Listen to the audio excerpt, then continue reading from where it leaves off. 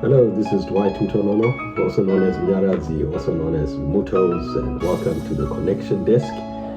Acts chapter 21 from verse 17 through to 26. Here now we are at a space where Paul goes into Jerusalem with the team. People like Luke are part of that team. So they go into Jerusalem and they meet the church at Jerusalem. The whole team come together. They're at this man called Nason's home, and then they formally meet the church in Jerusalem with the elders. So we're going to read from verse 17 through to 26. When we arrived at Jerusalem, the brothers received us warmly. The next day, Paul and the rest of us went to see James, and all the elders were present. Paul greeted them and reported in detail what God had done among the Gentiles through his ministry. When they heard this, they praised God. Then they said to Paul, "You see, brother, how many thousands of Jews have believed, and all of them are zealous for the law. They have been informed that you teach all the Jews who live among the Gentiles to turn away from Moses, telling them not to circumcise their children or live according to our customs. What shall we do? They will certainly hear that you have come. So do what we tell you. There are 4 men with us. We have made a vow. Take these men, join in their purification rites, and pay their expenses so that they can have their heads shaved. Then everybody will know there is no truth in these reports about you, but that you yourself are living in obedience to the law. As for the Gentile believers, we have written to them our decision that they should abstain from food sacrificed to idols, from blood, from the meat of strangled animals, and from sexual immorality." The next day, Paul took the men and purified himself along with them. Then he went to the temple to give notice of the date when the days of purification would end and the offering would be made for each of them. Okay, so we've got a situation here where there is maybe let's start talking about when they actually arrived. So the first part is they were received well. They were received well. They were in their host's home, and they were received warmly. And they probably presented the gifts from the collection that had come from the Gentile churches at this time. And they probably, so everything was good.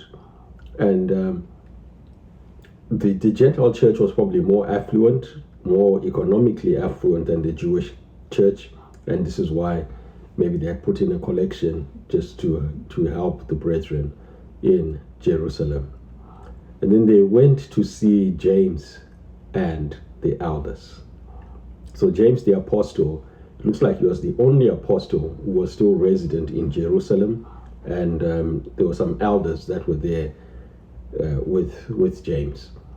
And we see Paul then presenting a detailed report of what God was doing among the Gentiles. And they were very happy. They praised God when they heard the report. So everything was going well up to this point. And then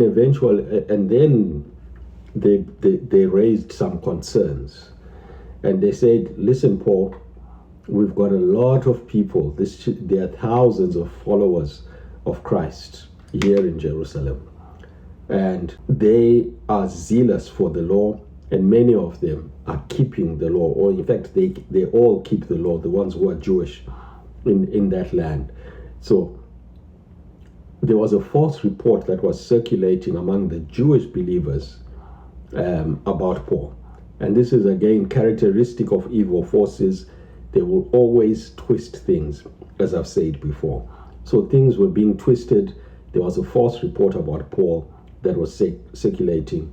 And there were thousands of Jewish Christians who were upholding the law, And they wanted to make it clear that Jesus was the Jewish Messiah and Christianity was in continuity with Judaism. So I think these Jewish Christians were making it clear to their community that Jesus was the Jewish Messiah, and they wanted people to also realize that Christianity is the fulfillment of Judaism.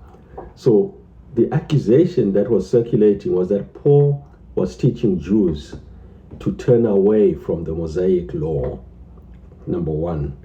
And then number two, he was also accused of telling Jewish Christians not to circumcise their sons. It's related to turning away from the Mosaic law. So they were not to circumcise the sons, and also he was turning Jewish people from the Mosaic law. That's the accusation. So there was a strategy that the brethren came up with to counteract the false reports. They knew, there were some men that had made a Nazirite vow amongst them.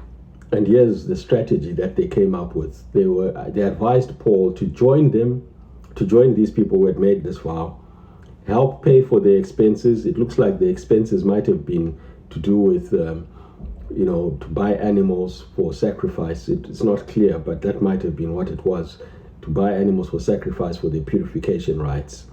And Paul was encouraged to participate and help pay for the expenses so that people can actually see that he's involved in some of these vows and some of the rituals that the Jewish people would have been doing at that time. So this would hopefully convince people that he was living in obedience to the law as he did something like that. And they also then said, we are still committed to what they had said in Acts 15, to not to put Gentile believers under the law, but they wanted it to be clear that Christianity was not making Jews break the law of Moses. So that's what they then said to Paul, do this and you will help us make it clear that you are not breaking Jewish law, and also that Christianity is not breaking the law of Moses. Okay. So that's what he did. So Paul complied. So why did he comply? Because this is an area of what we call freedoms. It's a non-essential element to the issue of salvation. In fact, Paul had previously taken a Nazirite vow himself. In Acts chapter 18, verse 18, we see he had taken a vow, and he was still a practicing Jew on a personal level. But the ministry principle, one of his ministry principles was that he would become a Jew to win the Jews, and he would behave like a Jew, or he would do whatever is required by Jewish law to win the Jews. Let's read 1 Corinthians 9 verse 20, where it says that, to the Jews I became like a Jew to win the Jews. To those under the law I became like one under the law, though I myself am not under the law, so as to win those under the law. So what he was then doing is this principle of, okay, if these are under the law and if they are Jews who are practicing the law, then I will do this for the sake of the weaker brethren, for the sake of those that might not fully understand. It's not an essential area. I will do whatever the Jews want me to do. So he's participated and he did that. And you see, even as we look at the bigger agenda, bringing the Gentiles to the Jewish or the Jerusalem church was to try to bring unity and to bring a community and fellowship between the Gentile believers and the Jerusalem church, the Jerusalem community. So it's like he was bringing the Gentile converts to the church to show them, that there are people who are now believers in Christ who are Gentiles, and also to introduce them to the Jerusalem church. So making an issue of this thing would encourage division. So rather than to encourage division and give room to the devil over a small issue, he decided to comply. And we see him participating in this. And even if there were animal sacrifices, we must understand that it was not necessarily that you are saying that those animals were paying for his sins.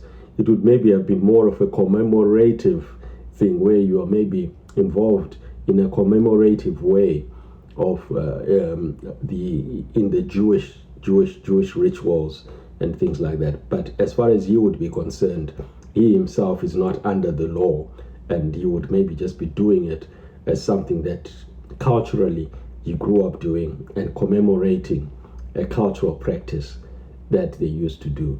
But in terms of salvific, the salvific force of animal sacrifices, you would have said, no, these animals do not pay for my sins.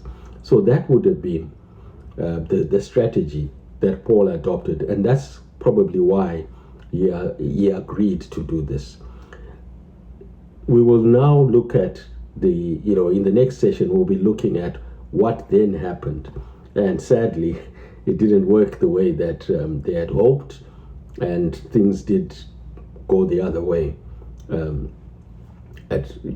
Even as Paul tried to do all this.